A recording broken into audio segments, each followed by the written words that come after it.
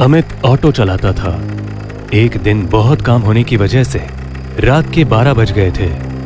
अमित घर वापस जा रहा था, तभी रास्ते में अमित को एक सुंदर लड़की दिखाई दी। रुको रुको भैया, रुको। अरे मैडम, आप इतनी रात को इस सुनसान जंगल में क्या कर रही हैं? भैया, मैं इस जगह किसी को जानती नहीं हूँ, यहाँ पर नहीं आई हूँ। कहाँ जाना है आपको? वो उसे एक पर्ची देते हुए कहती है, मुझे इस पते पर जाना है। ठीक है मैडम। अमित अपना ऑटो चला ही रहा था कि उसका ध्यान शीशे पर पड़ता है। शीशे में रूपा का असली चेहरा दिख रहा था। रूपा एक चुड़ैल थी। हे भगवान, ये क्या मुसीबत आ गई है? ये लड़की तो एक चुड़ैल है। भगवान मेरी रक्षा करे, मुझे बचा ले। भैया बस ऑटो रोक दीजिए, मुझे यही जाना है। हे भगवान रक्षा कर, भगवान रक्षा कर। कितने पैसे हुए? अमित बिना पैसे लिए डर के मारे ऑटो को पूरी तेजी से अपने घर चला जाता है। बिना खाए पिए अमित सो जाता है। सुबह जब उठता है, रात को क्या हुआ था जी? भूत देख लिए थे का? तुम्हें कैसे पता? अरे मैं तो मजाक कर रही हूँ। आप सीधे आए और कुछ बोले भी नहीं, खाना भी नहीं खाए और बस जाके सो गए। मुझे कुछ याद नहीं है। अमित और कमला आपस में बात कर ही रहे थे कि तभी रूपा दरवाजा खटखटाती है। क्या मैं अंदर आ सकती हूँ? रूपा को देखकर अमित के पसीने छूटने लगते हैं। आइए अंदर आइए, आइए। इस मोहल्ले में मैं नहीं हूँ। भैया कल मुझसे पैसे लिए बिना ही वहाँ से चले गए। कोई बात नहीं। क्या हुआ था जी? आपके इतने पसीने क्यों छूट रहे हैं? गर्मी बहुत ज्यादा है ना, शायद इसलिए। हाँ हाँ। रूपा पैसे देकर चली जाती है। अमित और कमला आपस में बात करने लगते हैं। आपकी तबीयत ठीक है ना? तुम उस लड़की से दूर रहना, इसी में हमारी भलाई है। अरे ये क्या बोल रहे हैं जी आप? अमित काम करने चला जाता है। कमला रूपा से मिलने जाती है। अरे दीदी, आप यहाँ? हाँ, मैं सोची तुम नहीं आई हो, अकेले सामान की व्यवस्था नहीं कर पाओगी, इसलिए मैं यहाँ तुम्हारी मदद करने के लिए चली आई। बहुत अच्छा किया। वैसे आपका नाम क्या है? मेरा नाम कमला है। और तुम्हारा? मेरा नाम रूपा है। वैसे भैया बहुत अच्छे हैं, उन्होंने रात में मेरी मदद की थी। रूपा नाम बहुत अच्छा है। किसी चीज की मदद की जरूरत हो तो हमें जरूर बताना। कमला को वहां बहुत अजीब सी गंध महसूस होती है और वो घर आ जाती है। रात हो जाती है। अमित और कमला सो रहे होते हैं। तभी कमला को अजीब सी डरावनी आवाज सुनाई देती है। कमला खिड़की से बाहर झांक के देखती है तो उसे चुड़ैल दिखाई देती है। चुड़ैल? नहीं छोड़ूंगी, नहीं छोड़ूंगी। उठिए जी, अजी उठिए, देखिए ना बाहर कौन है। चुड़ैल, मुझे पता था यही होगा। अब कोई नहीं बचेगा, हम सब मारे जाएंगे। क्या पता था आपको? हाँ? कुछ नहीं, चुपचाप सो जाओ। दोनों सो जाते हैं। सुबह उठते ही अमित मोहल्ले के सरदार से बात करने चला जाता है। सरदार के साथ अमित का दोस्त सुमित भी होता है। अमित, क्या बात है, बहुत डरे हुए हो? सरदार जी, हमें कुछ करना होगा। हुआ क्या है, पहले बताओगे तब ना। हमारे मोहल्ले में चुड़ैल रहती है। कल रात मैं और मेरी पत्नी कमला दोनों ने उस चुड़ैल को देखा। चुड़ैल कुछ बोल रही थी? हाँ, बोली रात में जिसे देख लूंगी उसे छोड़ूंगी नहीं। तुमने जरूर कोई सपना देखा होगा। अरे हमारे मोहल्ले में कोई चुड़ैल नहीं है। सरदार वहां से चला जाता है।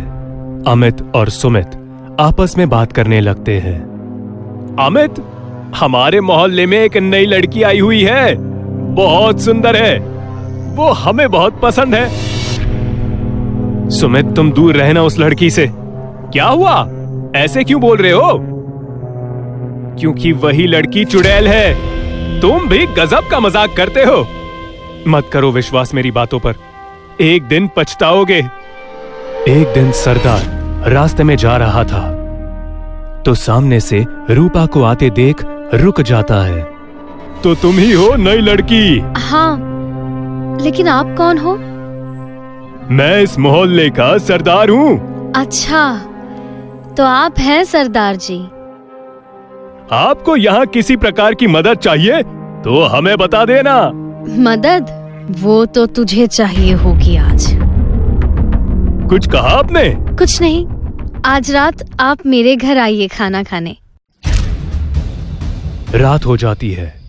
अमित और उसकी पत्नी कमला सो नहीं पाते हैं। उन दोनों को अजीब अजीब सी आवाज सुनाई देती है। तभी अमित को बाहर सरदार दिखाई देता है। ये सरदार अकेले इतनी रात को बाहर क्या कर रहा है? होगा कुछ काम, करने दीजिए ना उसे। आज सरदार चुड़ैल के हाथों नहीं बचेगा। तभी रूपा सरदार के पास आती है। अब ये रूपा सरदार के पास क्यों आई है?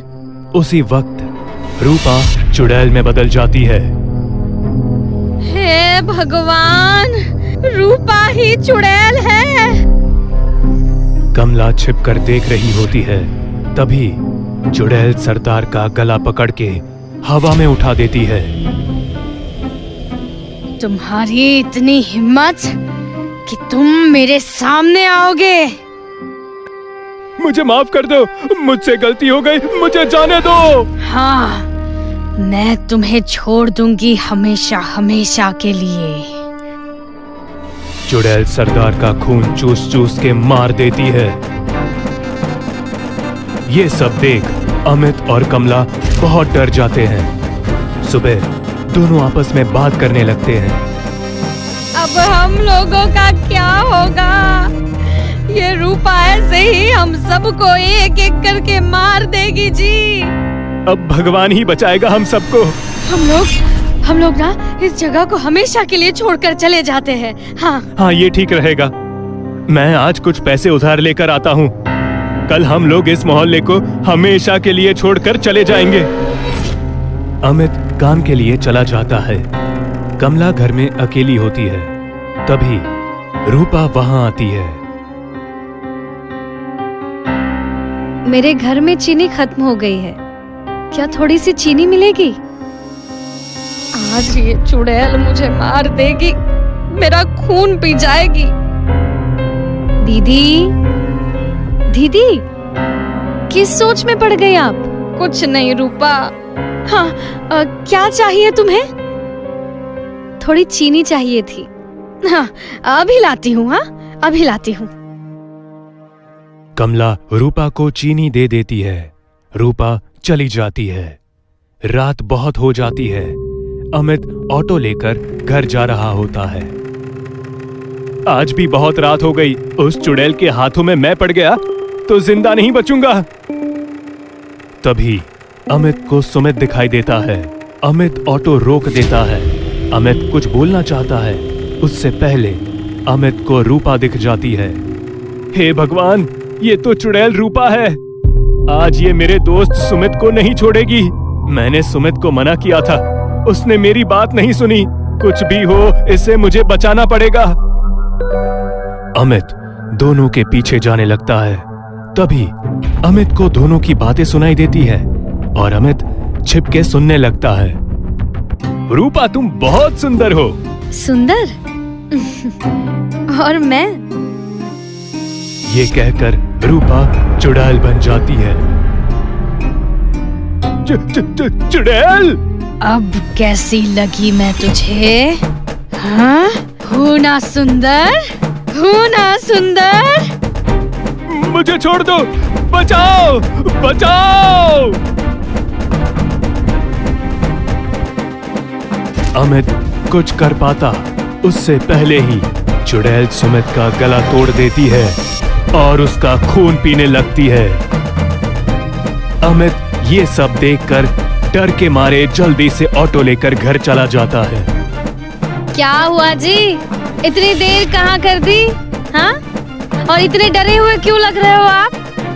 कमला, उस चुड़ैल ने सुमित को मेरे सामने मार दिया। मैं वहीं था, सब देख रहा था, लेकिन कुछ नहीं कर पाया। क्या? सुमित को मार दिया चुड़ैल ने? हाँ, अब इस चुड़ैल का कुछ करना होगा, नहीं तो हम में से कोई जिंदा नहीं बचेगा। मैं एक बाबा को जानती हूँ, वो हमारी मदद जरूर करेंगे। अमित और कमला सुबह होते ही बाबा के पास चले जाते हैं और बाबा को पूरी घटना के बारे में बताते हैं। बेटा, हम तुम्हारे दोस्तों को तो वापस नहीं ला सकते, लेकिन उस चुड़ैल को हम छोड़ेंगे नहीं। अब एक भी जान नहीं जाएगी। बाबा, कृपया कुछ कीजिए। इसका समाधान है, हम जो बोलेंगे बस तुम लोग उतना करके रखना। हम कल तुम्हारे घर आएंगे। आप बताइए, हमें क्या करना होगा? बहुत सारी लकड़ियों को इकट्ठा करके रखना और किसी को मत बताना कि ये सब हमने तुमसे कहा है करने को। अमित कमला घर वापस आ जाते हैं। जैसे बाबा ने बताया होता है वैसे ही अमित बहुत सारी लकड़ियों को इकट्ठा करके रख देता है। शाम हो जाती है, फिर बाबा वहां आते हैं। नमस्कार बाबा। सदा खुश रहो बेटे। लकड़ियों का इंतजाम हो गया? जी बाबा, हो गया। रात हो जाती है, बाबा पूजा करने लगते हैं। तभी रूपा चुड़ैल बनकर बाहर आती है। किसकी इतनी हिम्मत, जिसने मुझे बुलाया? आज मैं उसका खून पी जाऊंगी। मेरी हिम्मत हुई। आज तेरा आखिरी दिन है, तो बता तेरी कोई आखिरी इच्छा?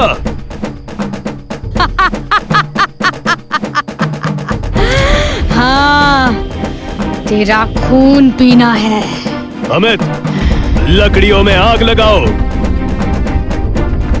अमित लकड़ियों में आग लगा देता है। बाबा मंत्र पढ़ने लगते हैं। चुड़ैल जैसे ही बाबा को मारने की कोशिश करती है, बाबा चुड़ैल को आग में धक्का दे देते हैं और चुड़ैल आग में जलकर मर जाती है। अब ये चुड़ैल खत्म हो गई, दोबारा वापस कभी नहीं आएगी। बहुत बहुत धन्यवाद बाबा जी। उस दिन के बाद चुड़ैल दोबारा कभी नहीं आई। अमित और कमला खुशी खुशी रहने लगे।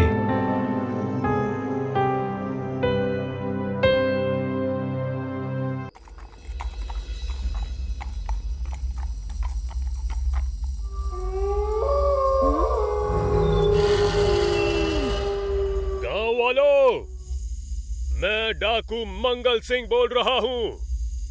तुम लोगों के पास जो कुछ भी धन दौलत है वो निकाल कर हमें दे दो, और अगर किसी ने भी चालाकी की या रास्ते में आने की कोशिश की तो वो जान से जाएगा। सरदार, लगता है गांव वाले ऐसे नहीं निकलेंगे, हमें घुसना होगा। लूट लो पूरे गांव को, किसी को भी मत छोड़ना।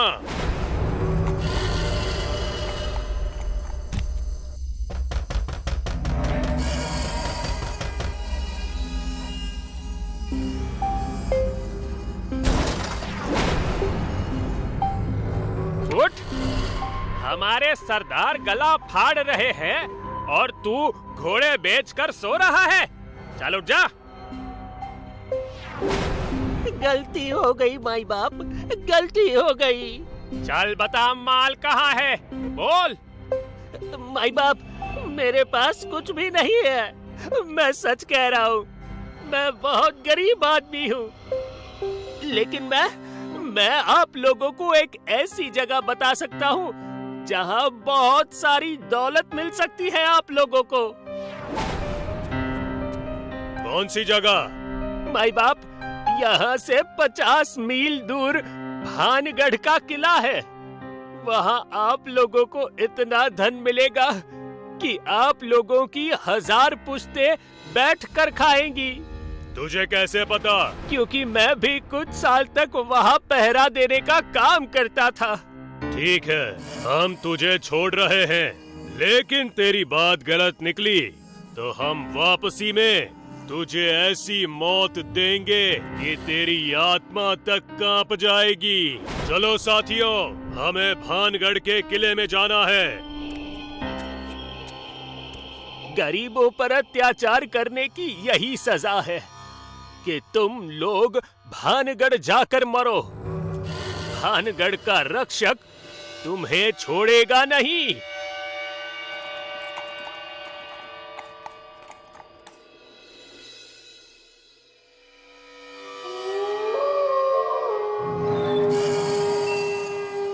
सरदार, यहाँ तो किला दिखाई ही नहीं दे रहा है और आगे रास्ता भी बंद है। सरदार, कहीं उस गांव वाले ने हमें बेवकूफ तो नहीं बनाया?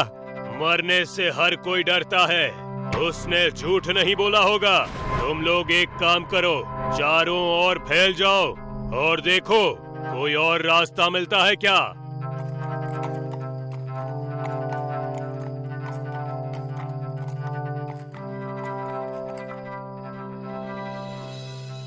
सरदार, मिल गया रास्ता। शायद ये रास्ता भानगढ़ के किले तक जाता है।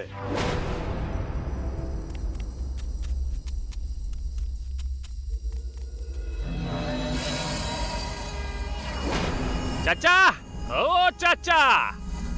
हाँ बेटा, बोलो। चाचा, हमें भानगढ़ के किले में जाना है।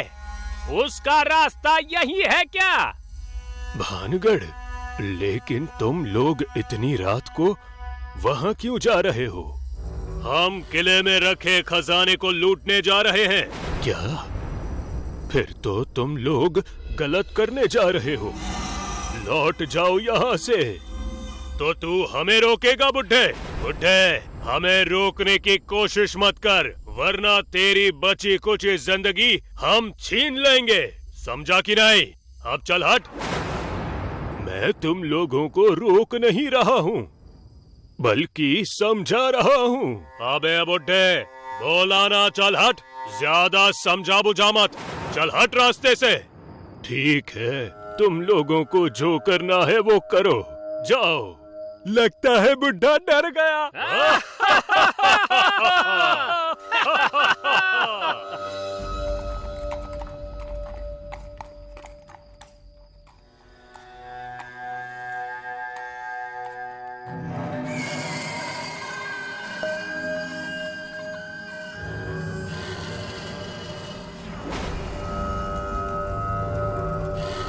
किला तो बहुत बड़ा है, लगता है अंदर खजाना भी बहुत मिलेगा हमें। चलो अंदर।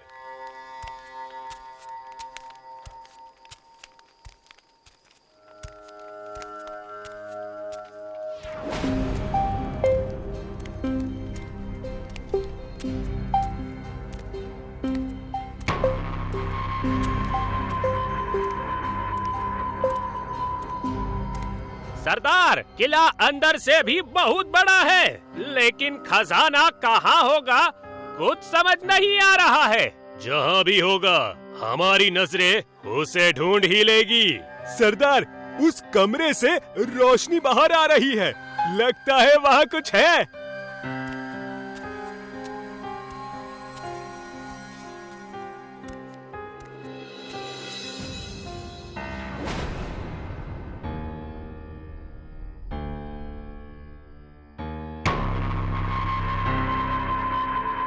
क्या बात है, दिल खुश हो गया इतना सारा खजाना देखकर।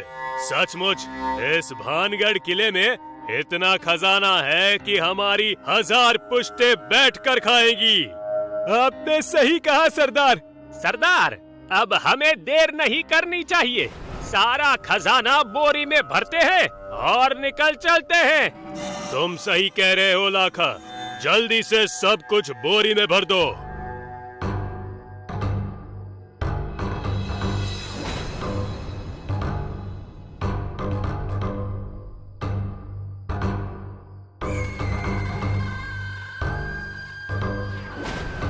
तुम लोगों ने जो किया वो गलत किया।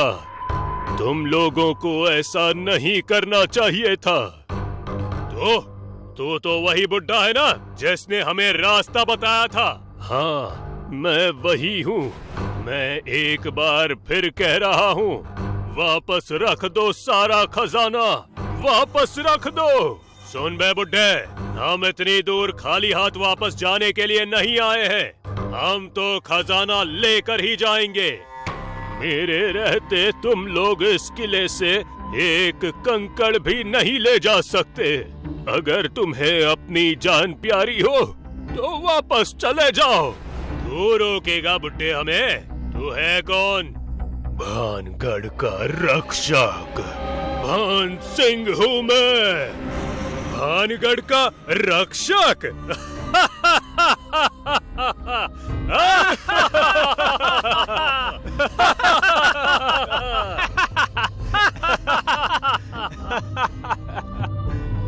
बहुत बकबक कर रहा है तू बुड्ढे। ले, अब ऊपर जा।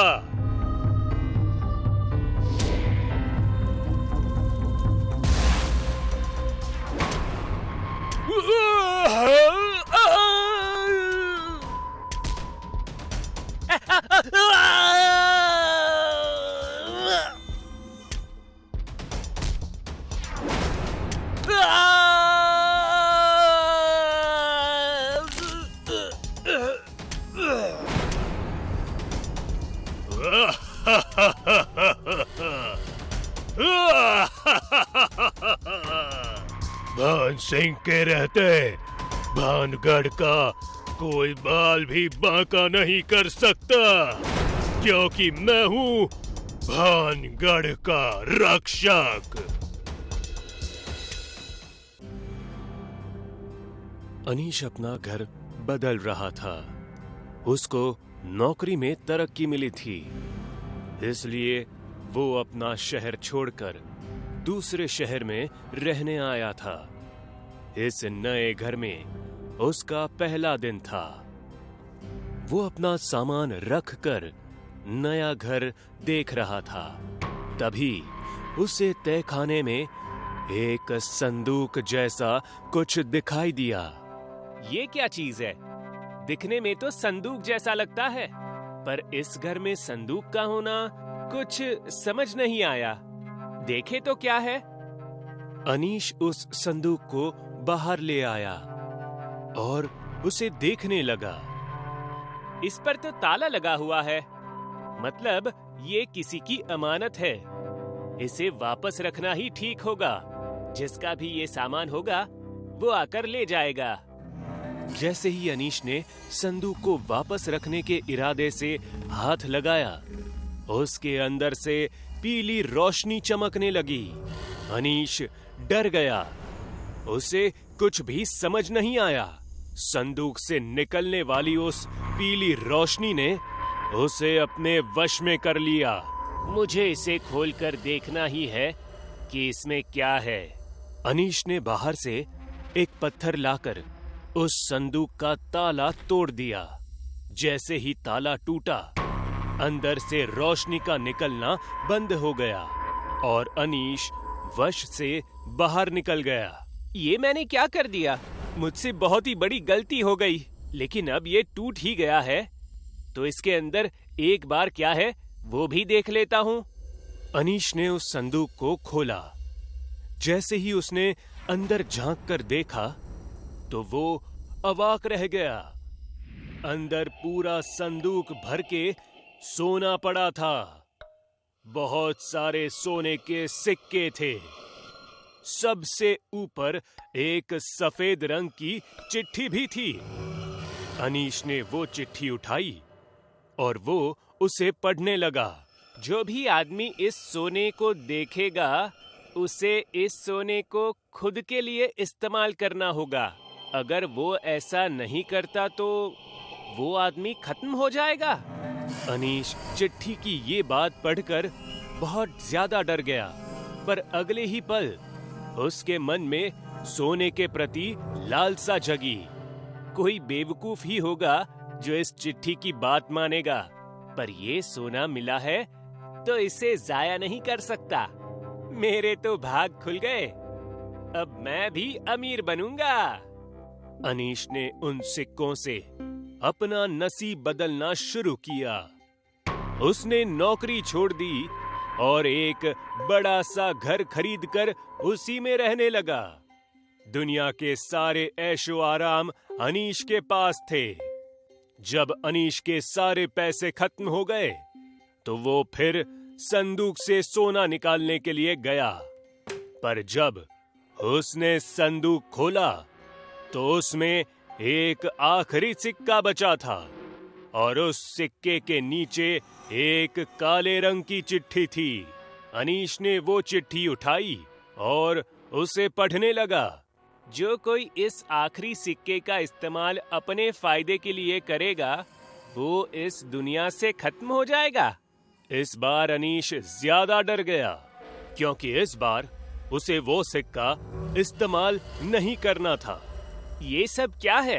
इस चिट्ठी पर विश्वास करना चाहिए या नहीं? जान का खतरा है। पहली चिट्ठी के मुताबिक मैंने अब तक ये सोना खुद के लिए इस्तेमाल किया, इसलिए मैं जिंदा हूँ। अब अगर मैंने ये सिक्का लिया तो हो सकता है कि मेरे साथ कुछ हो जाए। नहीं, मैं इसे नहीं ले सकता। अनीश ने वो आखिरी सोने का सिक्का नहीं निकाला। उसके सारे पैसे खत्म हो रहे थे। अचानक एक दिन उसका दोस्त मुनि उससे मिलने आया। वो भी इसी शहर में रहता था। मुनि अनीश का घर देखकर चौंक गया। उसे इसका बिल्कुल भी अंदाजा नहीं था। अरे भाई अनीश, कोई लॉटरी लगी थी क्या? नौकरी से तो इतनी अमीरी नहीं आ सकती, या फिर कोई और राज है? अरे नहीं नहीं, कोई राज नहीं है। वो असल में मैंने मेरे नाम पर जो गांव में जमीन थी ना, वो बेच दी, इसलिए ये सब कर पाया हूँ। अच्छा है। मुनि को अनीश की ये जमीन वाली बात कुछ हजम नहीं हुई, क्योंकि कोई जमीन बेचकर भी इतना सब नहीं खरीद सकता था। मुनि 2-3 दिन अनीश के घर पर ही रुका। उस दौरान उसने अनीश से बहुत बार इस राज के बारे में पूछने की कोशिश की, पर अनीश ने सच नहीं बताया। 3 दिन बाद मुनि अपने घर चला गया। महीनों बीत गए। अनीश के सारे पैसे खत्म हो गए। वो घर की चीजें बेचकर खाना खाने लगा। एक दिन उसने ना रहकर मुनि को फोन किया। मुनि, सुनना, मुझे तेरी मदद चाहिए। अरे क्या मजाक कर रहे हो अनीश? तुम्हें कैसे मेरी जरूरत पड़ी? हाँ, मुझे थोड़े पैसे उधार चाहिए। एक और मजाक? अब चुप कर। वैसे भी मेरे पास तुझे मदद करने के लिए कुछ नहीं है। मेरी नौकरी में मेरा घर मुश्किल से चलता है। अरे मेरी बात तो सुन। मुनि ने फोन रख दिया। अनीश बहुत नाराज हो गया। एक रात उसकी हालत बहुत खराब हो गई। घर में खाने का एक दाना भी नहीं था और घर में ऐसी कोई चीज नहीं बची थी जिसे वो बेच सकता था। आखिर में उसने वो सिक्का लेने का सोच ही लिया। मुझे वो सिक्का इस्तेमाल करना ही होगा। भूख से मरने से अच्छा है कि मैं उस सिक्के को इस्तेमाल करके पेट भर खाना खाकर मरूं। अनीश ने वो संदूक निकाला और उस सिक्के को लेकर चला गया। बहुत दिनों बाद उसने पेट भर के खाना खाया। कुछ नहीं हुआ मुझे, मैं अभी भी जिंदा हूं। ये चिट्ठी सिर्फ डराने के लिए किसी ने रखी थी। वो डरते हुए संदूक के पास जाने लगा। जैसे ही अनीश ने संदूक को खोला तो इस बार उससे एक सफेद रोशनी निकलने लगी। वो डर गया। जैसे ही वो रोशनी अनीश के शरीर पर पड़ी, अनीश का शरीर अपने आप हवा में उड़ने लगा। बचाओ मुझे, कोई है, बचाओ! उसकी आवाज किसी ने नहीं सुनी। देखते ही देखते उसका शरीर हटकर ढेर सारे सोने के सिक्कों में तब्दील हो गया और वो सारे सिक्के उस संदूक में जाने लगे। जैसे ही आखिरी सिक्का उस संदूक में गया, संदूक का ढक्कन बंद हुआ और चारों तरफ पहले की तरह शांति फैल गई। इस घटना के कुछ दिन बाद अनीश का दोस्त मुनि उससे मिलने वापस उसके घर आया, पर घर में आकर उसने देखा तो अंदर ना तो कुछ सामान था और ना ही अनीश था। उसने पूरे घर में अनीश को ढूंढा, पर उसे अनीश कहीं नहीं मिला। घर में घूमते घूमते उसकी नजर अचानक उस संदूक पर पड़ी। अच्छा, तो ये है इसकी अमीरी का राज। जमीन बेचकर नहीं, जमीन से मिला सोना बेचकर अमीर हुआ है ये। मुनि का इतना कहते ही संदूक में से रोशनी निकलने लगी। मुनि डर गया, पर उसने हिम्मत करके उस संदूक को खोला। अरे, इतना सारा सोना, अब ये मेरा है। उसी समय मुनि की नजर संदूक में पड़ी एक चिट्ठी पर गई। उसने चिट्ठी उठाई और उसे पढ़ना शुरू किया। जो भी आदमी इस सोने को देखेगा, उसे इस सोने को खुद के लिए इस्तेमाल करना होगा। अगर वो ऐसा नहीं करता तो वो आदमी खत्म हो जाएगा। इस तरह उस अज्ञात संदूक का खेल फिर से शुरू हुआ।